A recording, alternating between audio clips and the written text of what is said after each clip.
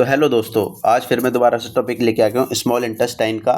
जो हमारी एक सर्जरी सब्जेक्ट की सीरीज चल रही है, जिसके अंदर हम स्मॉल इंटेस्टाइन के अंदर होने वाली कंडीशनों के बारे में बात करेंगे, जिसमें से एक कंडीशन आ गई है typhoid enteritis.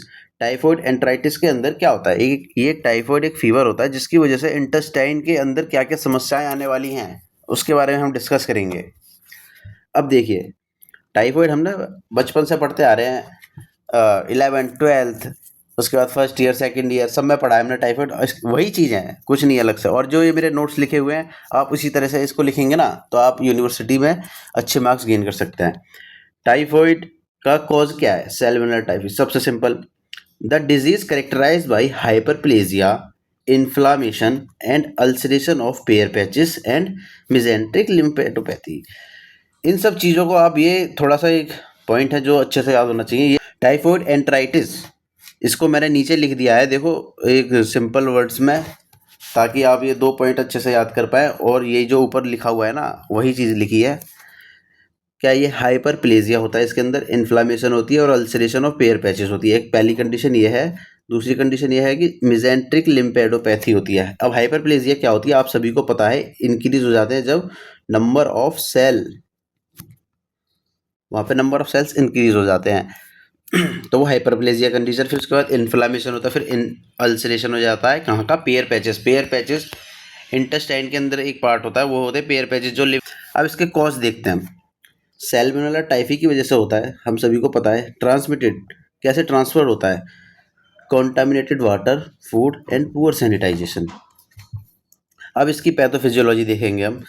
Bacteria enter through the contaminated food and water. हमने कॉन्टामिनेटेड फूड और वाटर लिया, जिसकी वजह से बैक्टीरिया हमारे शरीर के अंदर गया। अब ये स्मॉल इंटेस्टाइन के अंदर गया, जो इन्वेड हुआ, वहाँ पे जाके फैल गया। कहाँ पे? पेयर पैचेस के अंदर। मैंने बताया इंटेस्टाइन के अंदर पेयर पैचेस होती हैं, उसके अंदर ये फैल। फिर इसके बाद इसने मल्टीप्लिकेशन किया वहाँ पे। फिर मल्टीप्लिकेशन के बाद हाइपरप्लेजिया ऑफ पेयर पैचेस। वहाँ पेयर पैचेस का ना, वहाँ पे हाइपरप्लेजिया हो गया, वहाँ बहुत सारे छोटे छोटे छोटे छोटे सेल्स बहुत ज़्यादा इंक्रीज हो गए पेयर पैचेस के अंदर, हाइपरप्लेजिया हो गया। अब उसके बाद वहाँ पे इन्फ्लामेशन जैसी कंडीशन आई, उसके बाद नेक्रोसिस और अल्सरेशन। ये अब इसके अंदर कितनी स्टेज होती है? 4 स्टेज होती है। आपने पैथोफिजियोलॉजी के अंदर भी देख ली, जो मेन स्टेजेस हैं। पहला हाइपरप्लेजिया, वहाँ पे सेल का नंबर इंक्रीज हो रहा है। नेक्रोसिस हो रहा है, वहाँ पे टिश्यू डीजनरेशन हो रहा है। फिर वहाँ पे अल्सरेशन हो रहा है, वहाँ पे अल्सर की फॉर्मेशन हो रही है। फिर वहाँ पे एक हीलिंग फेज आता है, जिसके अंदर फाइब्रोसिस जैसी कंडीशन होती है। वहाँ पे वो उस चीज़ की हार्डनिंग कर देता है, उस टिश्यू की। अब इसके हम क्लिनिकल फीचर देखेंगे, क्या क्या मिलेगा अगर टाइफाइड होगा तो। एब्डोमिनल पेन मिलता है इस कंडीशन में, डायरिया मिलेगा, डिस्टेंशन मिलेगा। एब्डोमिनल डिस्टेंशन होता है ये, वॉमिटिंग, फीवर, हेडेक, ये सब कॉमन सिम्टम है, आपको पहले से भी पता है। ये लीड टू, ये क्या कर सकता है अगर ज़्यादा दिनों तक टाइफाइड चल गया तो? Intestinal haemorrhage, perforation, sepsis. अब ये परफोरेशन कब होता है, ये मैंने बता रखा है, मेंशन करा है, 3rd week of the illness. मतलब टाइफाइड का 3rd वीक जब चल रहा होगा ना, अगर वो 3rd वीक तक पहुंच गई है, तो वहाँ पे इंटेस्टाइनल परफोरेशन हो सकता है। अब इसके अंदर हम इन्वेस्टिगेशन क्या कराएंगे? ब्लड टेस्ट करेंगे, जिसके अंदर हमें ESR इंक्रीज मिलेगा। सेरोलॉजी कराएंगे, विडाल टेस्ट पॉजिटिव मिलेगा। ब्लड कल्चर, स्टूल कल्चर, ये सारे टेस्ट हम परफॉर्म कराते हैं मैनेजमेंट इसका क्या है? एंटीबायोटिक चलेगी इसके अंदर।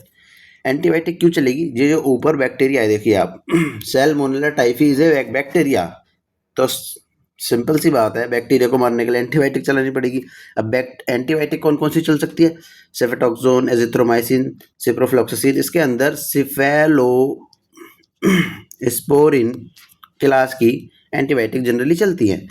हाइड्रेशन मेंटेन रखें, एडिक्वेट न्यूट्रिशन रखें।